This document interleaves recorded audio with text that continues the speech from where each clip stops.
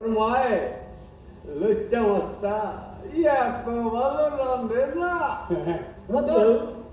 এসব বাঙালির খাবার আমার একদম সহ্য হয় না। এক গাদা করে পেঁয়াজ রসুন দিয়ে রান্না আমার অসহ্য লাগে। বাঙালির বেটা বাঙাল, ওই যে একতলা ভাত খাইলি ওই বাঙাল বইলে তোর ধর্ম হয় না। একদম না, তোমাদের খাবার ভাষা কোনো কিছুই আমার সহ্য হয় না। এ বাবু এ কয়দিন ছাড়ো না বাবা, আমরা তো ওদেশে জন্মাইনি, তাই ওদেশের সব কিছু আমাদের ভালো নাও লাগতো মানে। বাবা বুঝি মা, আমার একটা কথা ছিল, কইয়া বলো আমি দু একটা টিউশন কমিয়ে তোমার দোকানে একটু বসি।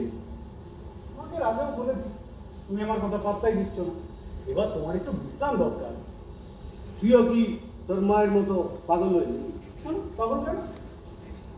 এই তুই এমএ পাস করছ, চাকরি চুরি ঝামেলা না হইলে একদিনে চাকরিটা হয়েও যাইতো। তাছাড়া তুই এই যা ওই যা করতেছ, চাকরির চেষ্টা টিউশনই করতেছ। টিউশনের কোনো স্থায়ী রোজগার নেই, আজ আছে কাল নেই। কি কর এই টিউশনই কইরা কত লোকের সংসার চালাইতেছে। লোকান বাবুরে দেখ বিয়া করছে, 2 তলা বাড়ি বানাইছে, মায়ার বিয়া দিছে, পুলাডারও ডাক্তারি পড়াইতেছে। সেটা আমারও যদি কোচিং ক্লাস করতে পারতাম, বাড়ি বাড়ি ছেলে পড়িয়ে সেটা হয় বাবা। এইটা কোনো কথা হইল? আমারে কইলে আমি তো ব্যবস্থা করে দিতাম। হ্যাঁ কিভাবে? এই তো ছোট ছোট দুটো ঘর, একটাতে তুমি আর মা, একটাতে আমি আর দাদা। তাও তো ঠিক আছে। দাদার ছাত্রদের বসাবে কোথায়? খাটের উপরে।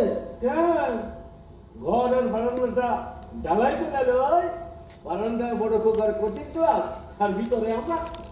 আইডিয়াটা কিন্তু খারাপ না। তারপর একটু টাকা পয়সা হলে দোকানটা করে নেবো। কত পয়সা পাবে কোত্থেকে? কেন আমার দোকান, ওই যে টিউশনি, তোর ব্যবসা, সে আনতে গাইব। আমি তো সংসার চালাইতে তোর কাছে অন্য আস্থা নেই। আমাকে তুমি বাদ দাও, আমার পক্ষে এই ভাগাড়ে একটা পয়সাও খরচ করা সম্ভব নয়। ভাগা? এই ঘরটা তোর ভাগার লাগে? এইটা আমার ছাত্রের ব্যবস্থা কইরা দিছিল বইলা আমরা বাচ্চা আছি, নইলে কই গিয়া দাঁড়াইতাম। তবুও এটাকে আমি ভাগাড়ি বলি। এখানে মানুষের মাথা গোজা ঠাঁই হয় ঠিকই, কিন্তু সুস্থভাবে বাঁচা যায় না। ও তোরা তাইলে এই বাড়িতে কেউ সুস্থভাবে বাচ্চা নাই? বাবা কিভাবে বাঁচতে চায়? ও শোনো দাঁড়ালো, আমি শহরের ভালো জায়গায় একটা বাড়ি করছি। সামনে nursing home, shopping mall, English medium school. তাই? হ্যাঁ, আরে বাবা, আমরা বাংলা মিডিয়ামে পড়েছি বলে কি আমাদের ছেলেমেয়েরা বাংলা মিডিয়ামে পড়বে নাকি? ওই বাংলা মিডিয়ামে পড়াই তোর বাপে দিয়ে দাদা এমএ পাস করছে। তো তখন সুযোগ ছিল না, এখন তো তিনি ওইভাবে পড়াশোনা হয় না বাবা। দেখে বাদ দাও, আমার বাড়ি শেষ হতে বিশেষ দেরি নেই। প্লাস্টারি আর জানলা দরজা লাগানোর কাজ চলছে। ওখানে তোমার মায়ের, দাদা, আমার সবারই আলাদা আলাদা ঘর থাকছে, বড় ব্যালকনি আছে। ওখানে দাদার কোচিং ক্লাস খুব ভালোভাবে হতে পারে। আমার ইচ্ছে আগামী রথের দিনে ওখানে শিফট করবো।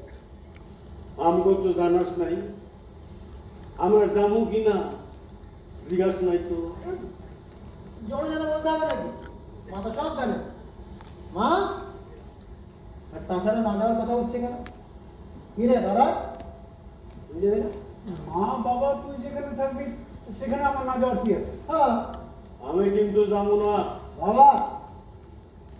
একবার উদ্বাস্তু হয়েছি নতুন কইরা, আর একবার উদ্বাস্তু হইতে চাই না।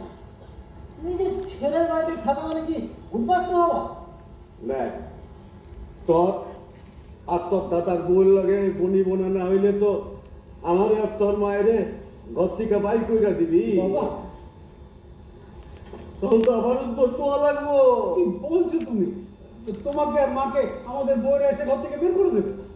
ঘর পুরা গরু তো সিন্দুরে ম্যাগ দেখলেই ভয় পাই, তাই কষ্ট এমন হয়ে উঠতেছে কোনো কিছুতেই আর ভরসা বিশ্বাস আমি রাখতে পারি না। বাবার কথাবার্তা শুনলে না, আমাদের বউরা নাকি তোমাকে আর বাবাকে আমার বাড়ি থেকে বার করে দেবে। তাই আমার নতুন বাড়িতে বাবা যাবে না।